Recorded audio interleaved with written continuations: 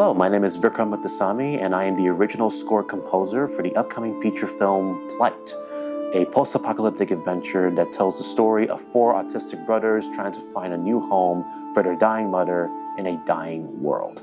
Matt, Boda, and I met back in 2020 during the pandemic through a mutual friend of ours, Barati. Matt and I worked on 3 POC shorts together, each of them more unique than the last. And in 2024, when I was completing my master's at USC, I got a phone call from him saying that he was about to make his very first feature. And well, the rest is history. Making the music for Ron Sandoval's epic was one of the most rewarding experiences of my life, and it is my honor to now share my journey with you.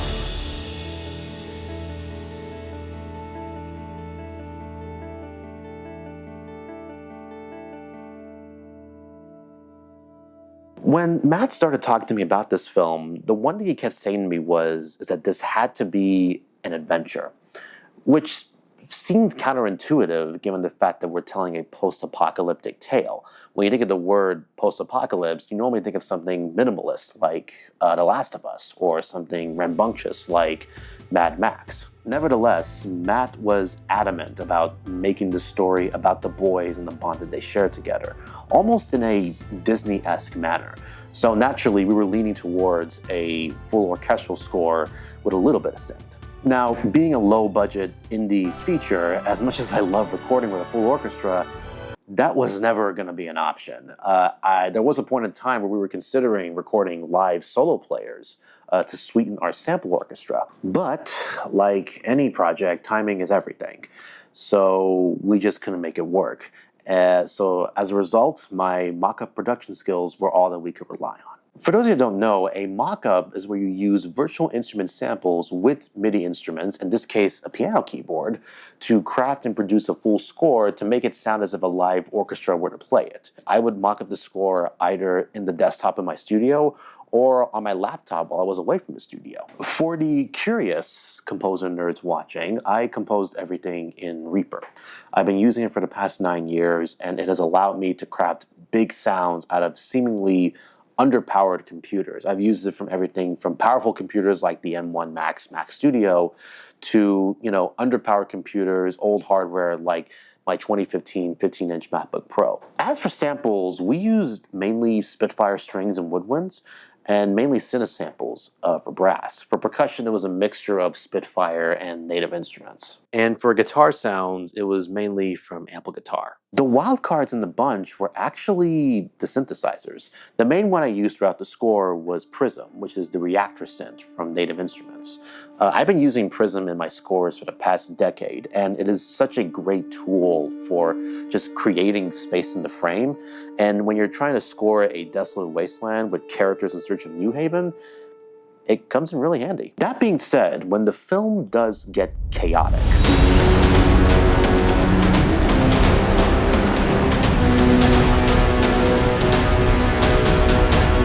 that is when the orchestration skills are basically essential. Knowing which themes to use as well as which instruments to play them at any given point in the film, that is the real challenge when tackling a massive project like this. And as many composers can relate to, it is very easy to make your scores sound too muddy and too busy. So knowing how to trigger the right sample and to mix it properly is a skill that every composer today should have. And for me, I gotta give credit to my instructors and peers at UT Austin, UCLA, and especially USC for giving me the arsenal necessary to tackle everything that this film threw at me.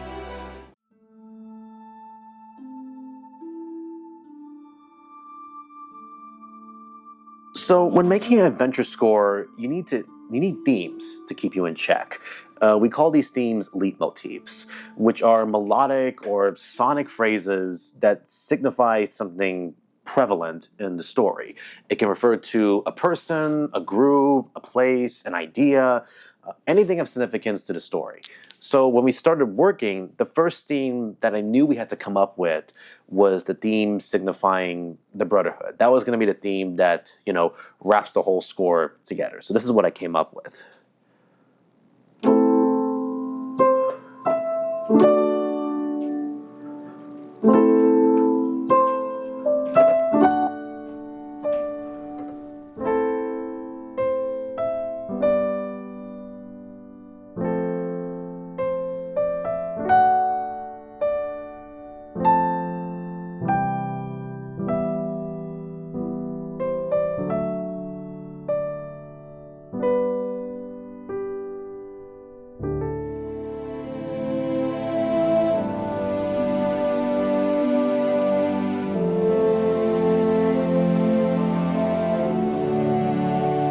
So it's a reserved theme, but it has hope and it has anticipation. It has a call to adventure, if you may. So once I came up with that, I started making themes for each of the characters. The first character that I decided to make a theme for was actually Russell, since he kind of spoke to me the most in the film. So this is Russell's leitmotif.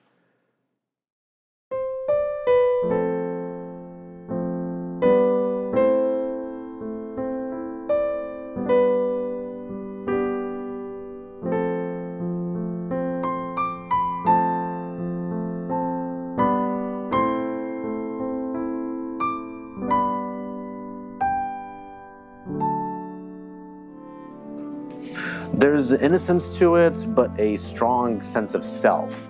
As you hear, he doesn't have all the answers, but he wants to find them, and he doesn't want to do any of that without leaving his brothers. His brothers are the most important thing to him. He's the most innocent. You can say also kind of naive, but you get the most joy from hearing him speak and just watching him. Then there was James's leitmotif. Now, James is a very troubled character, and he's aggressive throughout the film. But behind the aggression, he's trying to piece himself together and get over his troubled past. So we actually went fairly light on his theme.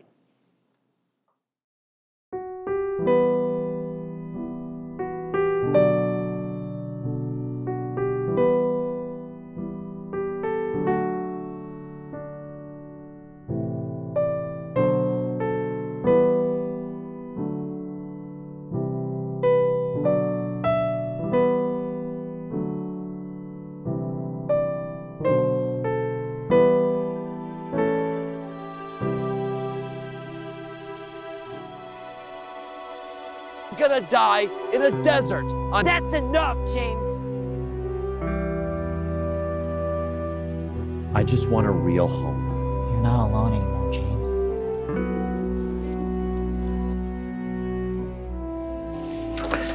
Now, Bart's leitmotif, he's very military-esque since he wants to be part of the resistance.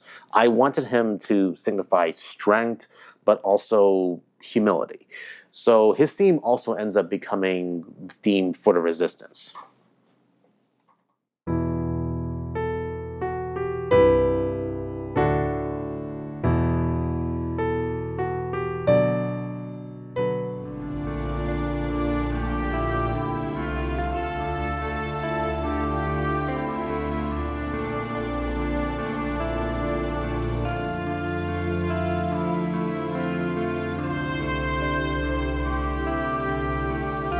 And of course, we have a hopeful one for New Haven.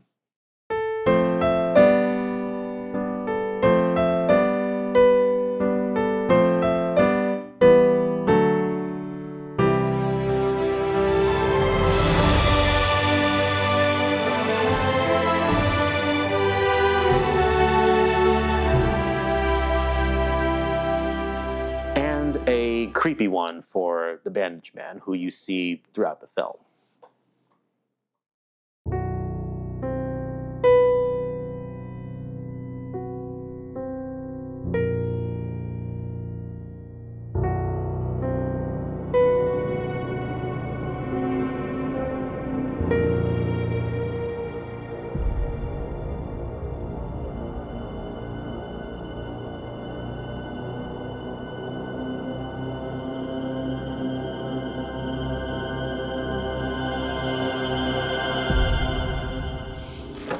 You get the idea.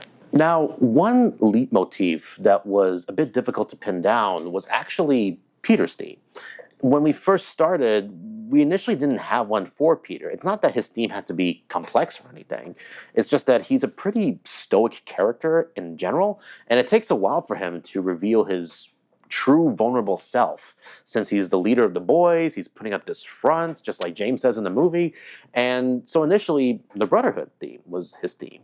However, as Ron's story marinated in our heads, Matt and I realized that, maybe towards the end, he should have a theme.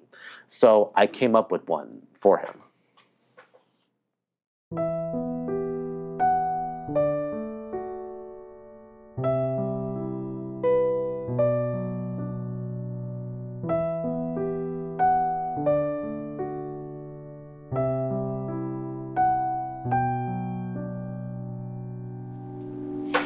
So a pretty simple theme, but this theme, it had to be earned, right? We couldn't just play this theme abruptly only at the end. It had to be earned from the rest of the movie. So I ended up inserting little hints towards the theme throughout the film score leading up towards the end. That way we made the whole score still sound cohesive at the end, even if it didn't start that way. The foundations and the leitmotifs make up the compass that was used to navigate the score for this film. So now let's take a look at a scene from the film where we apply all that we just talked about. This is the first campfire scene in the movie, and as you will see, each of the boys gets to have their moment to show who they are. So the music plays each of them exactly, and I will show indicators of where I put which themes and how they interlate with each other throughout the scene. So here we go.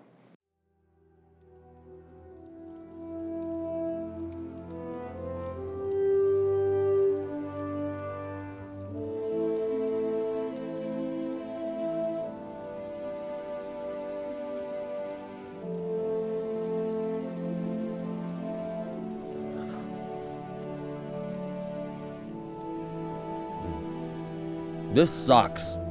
It's not even enough for a rat. James is unsatisfied. Shocking. When we get to New Haven, I'm going to open a bakery with Sarah. Sourdough, rye, wheat, cookies, sour cream cakes, you name it. You really love her, don't you? Yeah, it's more than love though. She was the best staff member at my home, honorary even. After every shower, I would pull the curtain back and burst out with a shampooed ball as my microphone and sing, "Do you love me?" I was looking in the mirror, but I was saying to her. She combed my wet hair afterwards, but I just couldn't work up the courage to sing to her. I would sit at the edge of my bed and she'd smile at me, and I'd smile back at her. She made me feel handsome. James, what do you want to do when we get to the city? I just want a real home. I can't stop thinking about the hospital before I met Connie. How they treated me. They used to spray me with a hose when they thought I needed a shower. Then just toss baby powder all over me. They saw me as an animal, and the worse they treated me, the worse I got. I couldn't control myself. I would scratch the walls so hard it would break my fingernails.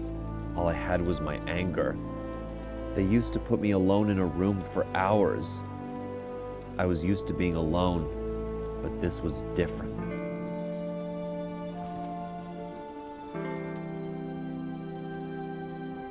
You're not alone anymore, James.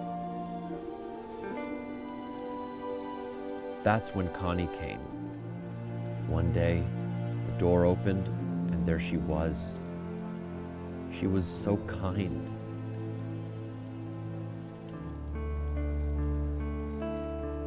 What about you, Bart?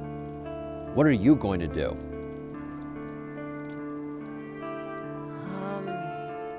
I guess I want to be a part of the resistance like my brother. When did you last see him? I didn't know it was going to be the last time.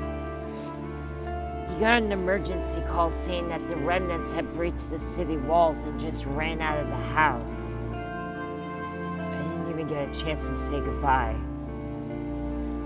But he looked back at me for a second and he smiled and saluted me. I put my hand on the window, and as he lifted his, for a moment there I felt his strength and what it must feel like to be a true soldier. 2 days later, Connie showed up. I don't know if he's dead or alive out there, but I know damn well I want to be as strong as he is. What about you, Peter? Get food and medicine for Connie. Bring it back to the farmhouse.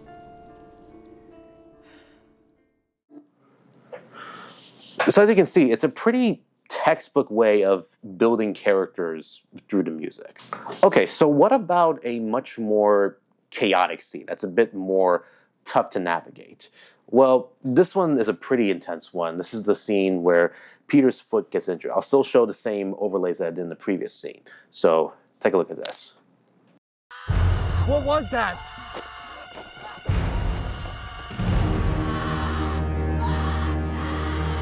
Peter, hold on! We gotta get him out! You think? Let's try to pry it open. James, grab that side, and Russell will hold it down. It's too tight. I'll get it off that way.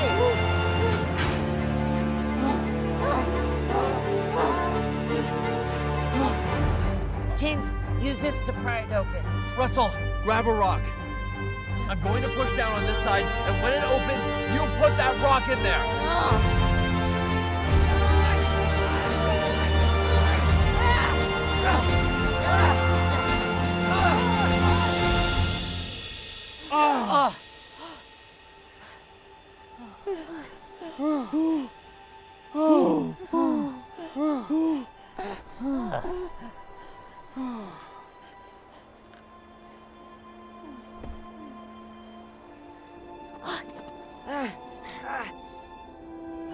Here, Peter, hold still.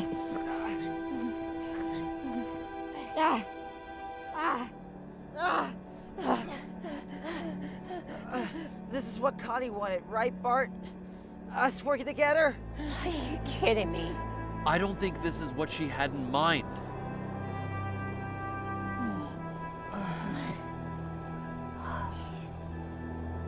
Peter, maybe we should rest. No, we can't waste time. Connie's waiting. Take it easy. Come on.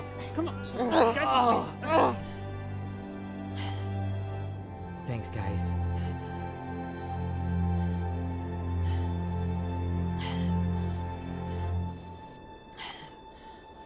We got you, Peter. Let's keep moving. Grab my bag. All right.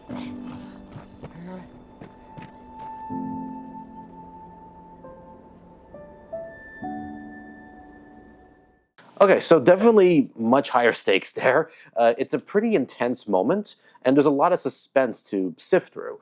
But as you can see, just like the campfire scene, each character is kind of passing the ball to each other in the music. It goes from Bart's theme to Russell's theme to James's theme, all while being harmonized with the Brotherhood theme. It's all about balancing the direction of the melodies with the intensity happening on screen in order to tell the story to its fullest form. The story tells me everything. And as a composer, that's what I operate in service of. And the themes are how I navigate the orchestration and the direction of the music. There's many more examples that I could show you, but I don't want to spoil the movie. This was a massive undertaking by so many great people, and I was just very fortunate to be near them. I thank Matt and Get It Made Productions for the opportunity to write the music for this film, and I hope you guys enjoyed learning more about how I did it.